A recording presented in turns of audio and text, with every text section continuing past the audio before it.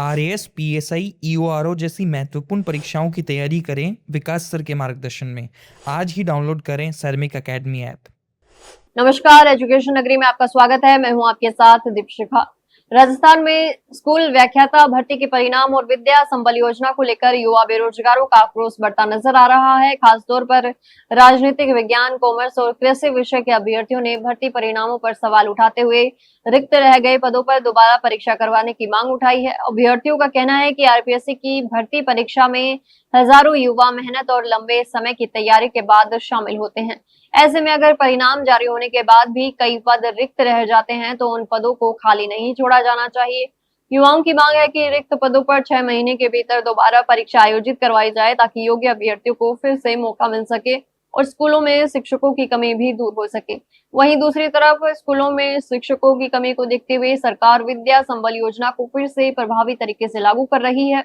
इस योजना के तहत स्वीकृत रिक्त पदों पर सेवानिवृत्त शिक्षकों के साथ निजी अभ्यर्थियों को भी गेस्ट फैकल्टी के रूप में लगाया जा सकेगा। मुख्य सचिव वी श्रीनिवास ने जिला कलेक्टरों को योजना की समीक्षा करने और जरूरत वाले स्कूलों में समय पर गेस्ट फैकल्टी उपलब्ध करवाने के निर्देश दिए हैं। सरकार के अनुसार सबसे पहले स्कूलों में खाली पदों का आंकलन किया जाएगा और इन पदों को नियमित भर्ती से भरने के लिए संबंधित भर्ती संस्था को प्रस्ताव भेजा जाएगा। यानी विद्या संबल योजना का उद्देश्य फिलहाल स्कूलों में शिक्षकों की कमी को तत्काल दूर करना है, जबकि नियमित भर्ती की प्रक्रिया भी जारी रहेगी। लेकिन इसी व्यवस्था को लेकर युवा बेरोजगार सवाल उठा रहे हैं।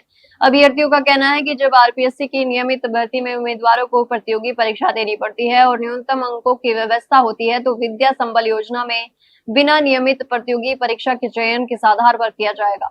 अभ्यर्थियों ने कॉलेज शिक्षा में योजना के पुराने अनुभवों का हवाला देते हुए पारदर्शिता पर भी सवाल उठाए हैं। उनका आरोप है कि पहले योजना में परिचितों को लाभ मिलने की शिकायतें सामने आई थी और कुछ लोग कोर्ट के आदेशों के आधार पर पदों पर बने हुए हैं। हालांकि सरकार की ओर से इस योजना में चयन की प्रक्रिया भी निर्धारित की गई है। जिला स्तर पर चयन होने की स्थिति में योग्य अभ्यर्थियों से ब्लॉकवार और संस्थावार आवेदन लिए जाएंगे। शैक्षणिक परीक्षा में प्राप्त अंकों के आधार पर वरीयता सूची तैयार होगी और प्रत्येक रिक्त पद के लिए 3 अभ्यर्थियों का पैनल बनाया जाएगा। इसमें संबंधित विषय और कक्षा की जरूरत को भी ध्यान में रखा जाएगा। गेस्ट फैकल्टी के काम की नियमित निगरानी होगी और संतोषजनक कार्य के सत्यापन के बाद ही भुगतान किया जाएगा। सबसे महत्वपूर्ण बात यह है कि जैसे ही संबंधित पद पर नियमित शिक्षक की नियुक्ति होगी, उस पद पर गेस्ट फैकल्टी की व्यवस्था स्वतः समाप्त हो जाएगी। योजना के तहत मानदेय भी कक्षा के स्तर के अनुसार तय किया जाएगा। कक्षा 1 से 8 तक 300 रुपए प्रति घंटा और अधिकतम 21,000 रुपए प्रति माह।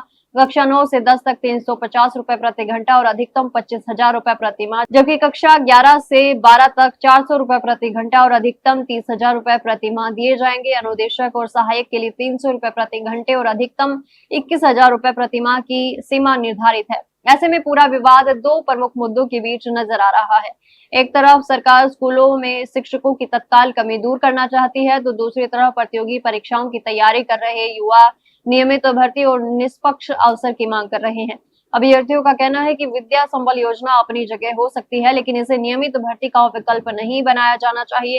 खाली पदों को जल्द से जल्द नियमित भर्ती के जरिए भरा जाए और राजनीतिक विज्ञान, कॉमर्स तथा कृषि जैसे विषयों में रिक्त रह गए पदों पर दोबारा परीक्षा आयोजित की जाए। अब देखना होगा कि सरकार इन मांगों पर क्या निर्णय लेती है और क्या अभ्यर्थियों को रिक्त पदों पर 6 महीने के भीतर दोबारा परीक्षा का मौका मिलता है। फिलहाल स्कूल व्याख्याता भर्ती के परिणाम और विद्या संबल योजना राजस्थान के युवा बेरोजगारों के बीच बड़ा मुद्दा बन चुके हैं।